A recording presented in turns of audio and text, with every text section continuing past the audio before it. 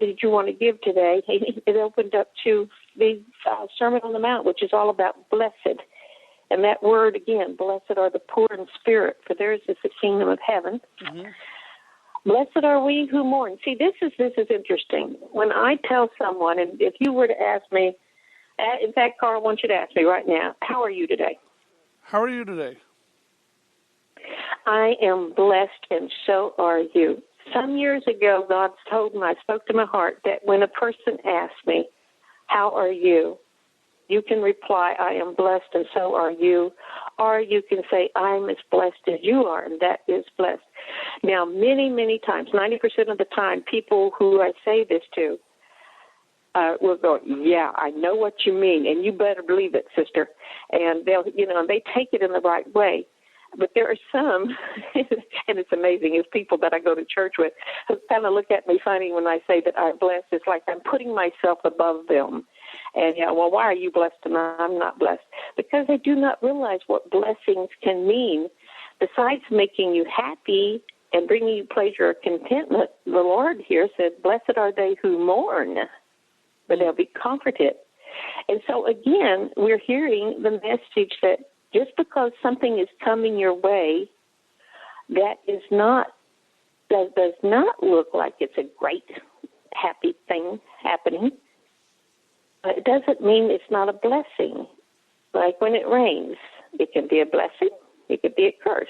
This winter, we sure found out about the snow, didn't we, and the cold.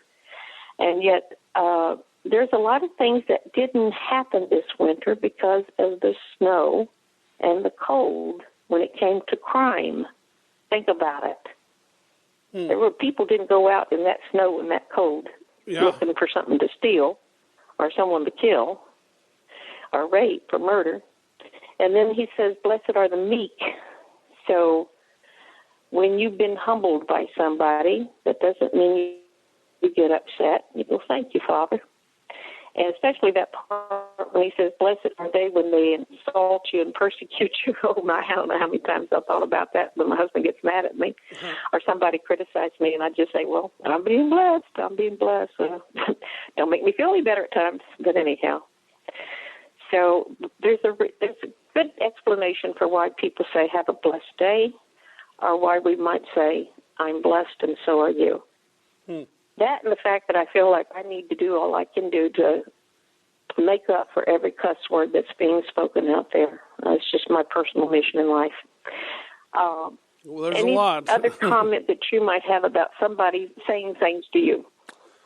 No, I think that covers a lot of it. I mean, it just or people that they just jump to conclusions, saying that as a Catholic that we couldn't possibly be saved because that we or just people that or jump to conclusions asking questions in a kind of a rude way, say about well, what is the Pope doing there, and what is and trying to explain to them the situation and why it's there and everything and the purpose of it. But sometimes they get it, and sometimes you can tell they're just being dismissive and rude about it. Yeah. I really like for people to send in their negative comments. I really would like to hear them, because sometimes words and things that are said are perceived in a different way than they're said.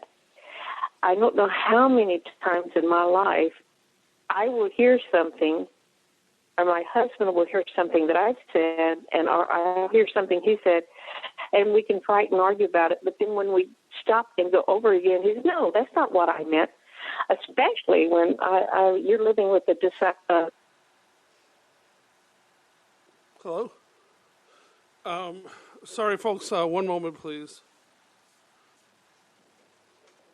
Sorry, folks. We're going to... my tech person stepped out. We'll be right back. Hey, the sound had been out. I don't know on the call. Hey, are we back? Yes, we are back on. And we are on okay. As well. So. I think that is awesome. It really is awesome that we had a problem just now, because we were talking about blessings and how they come in different ways, and how you can have something bad, what appears to be bad happening, but it's still a blessing. or that you're being blessed with it. And so I just feel like, okay, so God just said, let's have some fun with these folks down there and see if they consider the blessing that their equipment is not working right. But can you hear me okay? Yes, everything's going perfectly fine. Can you, Yep. Can you hear us at the station Is this fine? Jake? No. No, this is Olim, the sound guy. Oh, Zolin, the guy. All right. Yes. Blessed are you indeed. Thank you for being there for us today. All right. So, see, blessings can come in different packages, just like a gift. And we have to recognize that sometimes what can look like is bad can really be a hidden good. Like there's an old parable story that talks about a king who had this wonderful, fantastic son that he loved dearly, and somebody brings him this awesome stallion, white stallion, and they're going, oh, the whole community's going, oh, how wonderful, and the king says, maybe not. Sure enough, the son is out riding this horse and training it when he falls off the horse, and he has a leg broken, and everybody's going, oh, no, shoot the horse, it's no good, and the king's going, no, and his wisdom, he says, no, maybe not. And so sure enough, along comes a neighboring tribe to take off all the healthy young men and take them off the war, but because the king's son has a broken leg, the king's son is not taken away from the king. So we can't always say that something bad in our life is horrible. We got to wait to see the whole picture that's coming out of it and see if there's something that the Father has in mind. All of our life is just a blank page, and every day you're going to experience something in it that you're going to learn from, and you're going to learn wisdom, or you're going to learn to be angry and mad and frustrated. So it's up to you how you handle anything that comes into your life. I can say that now, but last night I was not handling it well. We have an issue with my husband not realizing how sometimes when he don't want to watch something on television, let the wife choose what to watch. But when he says, what do you want to watch? I don't want to, there's nothing on I like. I'm going, well, what about this show? Nah, I don't want that one. And that's, well, what about this show? No, I want that one. Why do you want to watch it for? And this is an ongoing problem in our house. And you may say, well, why don't you get two televisions? No, that's a way of just separating and divorcing in a little bitty way. I'll go my way, you go your way. You should talk things out and let them know there's a problem here and we need to understand what the problem is. So anyhow, when he did that, as of not seeing what I was trying to say to him about, well, why can't I watch this show if you're not interested in watching anything? And he just kept getting madder and madder at me because of the fact that he wasn't grasping it. He wasn't seeing it and understanding it. Like the old saying, we're on different pages here or in different pews, whatever. So instead of handling it patiently and understandingly and seeing what wisdom can come out, I blew my top. I was so mad. I was tired. I'd worked this 6 days and 7, and I was really tired and just wanted to sit and relax and just, let the world go away. And he was in control of that remote control, and so we had a good flare-up fight and said some ugly words. So, see, I'm not a perfect person. In fact, having said that, I would like to sing something for you guys, and you better not laugh now at my singing. Let's see. Where is it? Oh, here it is. Okay. No laughing over there. No. Oh, Lord, it's hard to be Christian when you're perfect in every way. It's hard to lead others to Jesus when they don't listen to what you say. It's hard to share how much God loves when they laugh and turn away. Oh, Lord, it's hard to be Christian when you're perfect in every way. Well, I daily read from my Bible and gladly share the good news. I tell others what God has spoken that will save them and change them too. But oh, they don't want to hear His word. And Lord, what are they saying there? If someone needs changing, that person is you. Oh, no, oh, Lord, it's hard to be Christian when you're perfect in every way. It's hard to lead others to Jesus when they don't listen to what you say.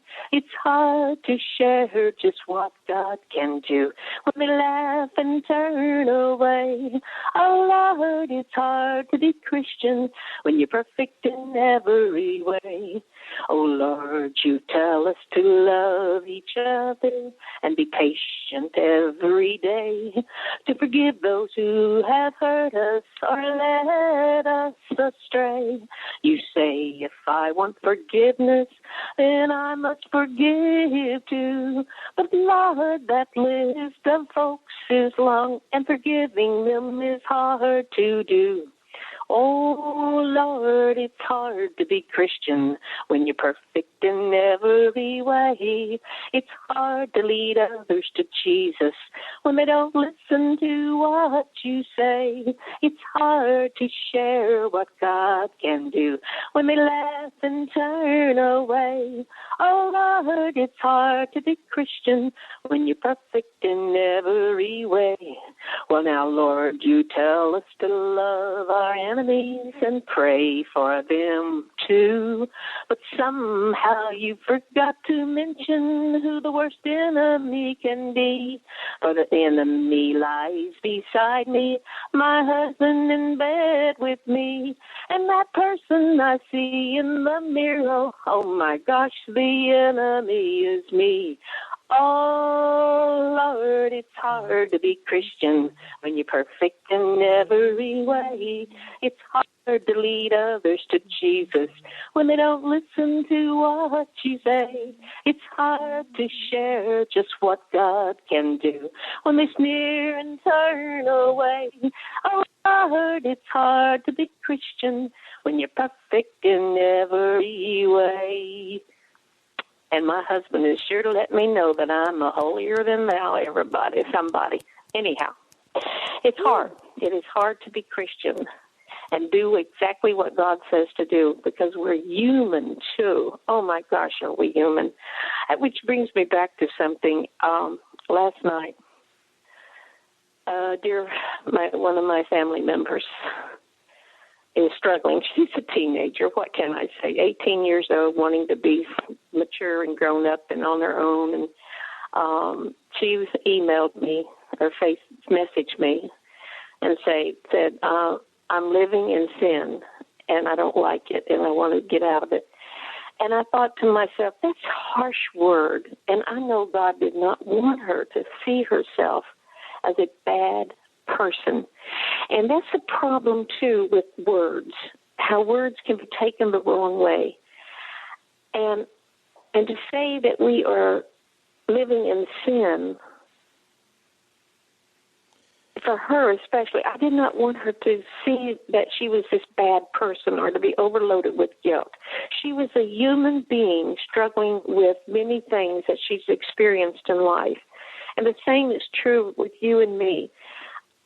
We all have experienced things in life's journey that can hurt us and harden our heart and make it very, very difficult for us to daily live a holy life. We're going to screw up. We're going to mess up. That's all there's to it. I've made mistakes in my life along with everybody else. And we need to see that what has happened is that we're human. We have emotions that get us in trouble. We have hurts that cause us to react in an ugly way. And we're just flat human. So what do you do when you mess up? You just say, God, oops, did it again. Forgive me and help me, Lord, to try my best not to do this again. In her case, I wanted her to know that you were just hungry for love. And because she's had such a messed up little life, she was born only 2.2 pounds, 2 pounds is 2 ounces, 3 months in the incubator. And can you imagine a little baby in an incubator, an isolette where you have a human touch every now and then? They're going to come in there, they're going to change you, they're going to fix your tubes, and they're going to stroke your little hand a little bit. But where is that heartbeat of Mama? What happened? Where did that mama's heartbeat go? Now, In my case,